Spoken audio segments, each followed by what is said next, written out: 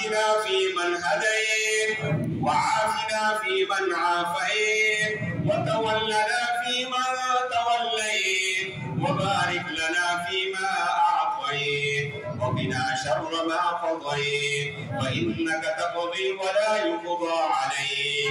إنه لا يذل من واليت ولا يعز من عاديت تباركت ربنا وتعاليت نستغفرك ونتوب إليك وصلى الله على النبي الأمي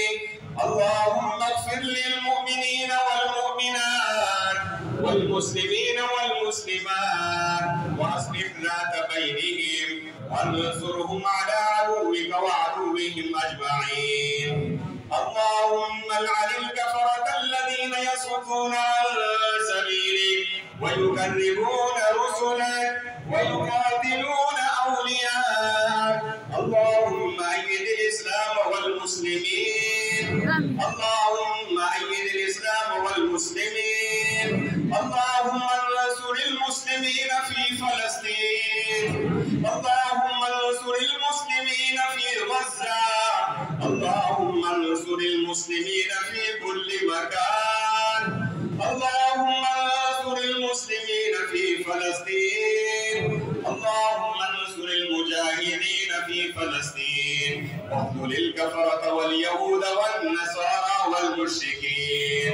اللهم اهلك امريكا واليهود والهنود كما اهلكت عادا وثمود اللهم اهلك امريكا واليهود والهنود كما اهلكت عادا وثمود اللهم أعنا على ذكرك وشكرك وحسن عبادتك اللهم أجرنا من خزي الدنيا وعذاب الآخرة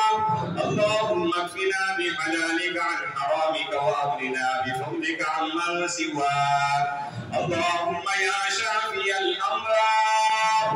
اشف مرضانا ومرضى المسلمين اللهم يشف مرضانا ومرضى المسلمين اللهم اهدنا فيمن هديت اللهم خالف بين كلمتهم وزلزل أقدامهم وشتت شملهم وفرق جمعهم ودمر ديارهم وخرب بنيانهم وقرب آجالهم وخذهم أخذ عزيز مقتدر ربنا لا تجعلنا فتنة للقوم الظالمين ونجنا برحمتك من القوم الكافرين اللهم ربنا تقبل منا إنك أنت السميع العليم وتب علينا إنك أنت التواب الرحيم إن الله يأمر بالعدل والإحسان وإيتاء ذي القربى وينهى عن الفحشاء والمنكر والبغي يعظكم لعلكم تذكرون اذكروا الله يذكركم وادعوه يستجب لكم ولذكر الله تعالى أعلى وأولى وأعز وأجل وأتم وأعظم وأكبر والله يعلم ما تصنعون.